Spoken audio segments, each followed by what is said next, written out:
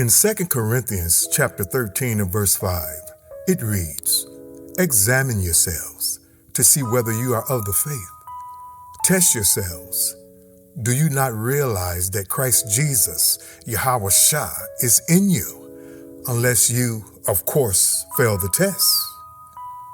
This statement gives us a crucial perspective to all Christians to think critically about one's own life and walk with YAHAWAH Messiah, Jesus the Christ. In this passage, Paul wrote that the Corinthians wanted proof that the Messiah was speaking through him as an apostle, as it reads in 2 Corinthians chapter 13 and verse 3. But he instructs them to examine themselves instead. Are they truly in the faith? Not only does biblical faith involve cautious reactions and skepticism, as it reads in Acts chapter 17 and verse 11, and also 1 John chapter 4 and verse 1. It also means being honest and careful about looking into our own lives. 1 Corinthians chapter 13 verse 10. Hebrews chapter 4 and verse 13. That's not trying to make us doubt, as it reads in Ephesians chapter 3 verse 14 through 19, but to honesty, as it reads in Galatians chapter 6 verse 4 and 5.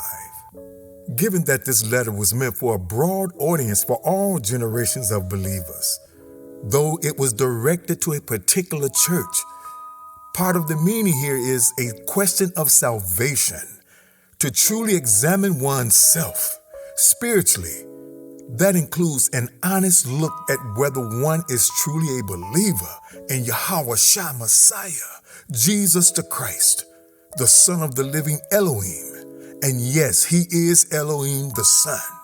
So examine yourselves, the details and results of your faith, to see if it's according to the truth of Elohim's word. Philippians chapter 4 verse 6, 7, and 8.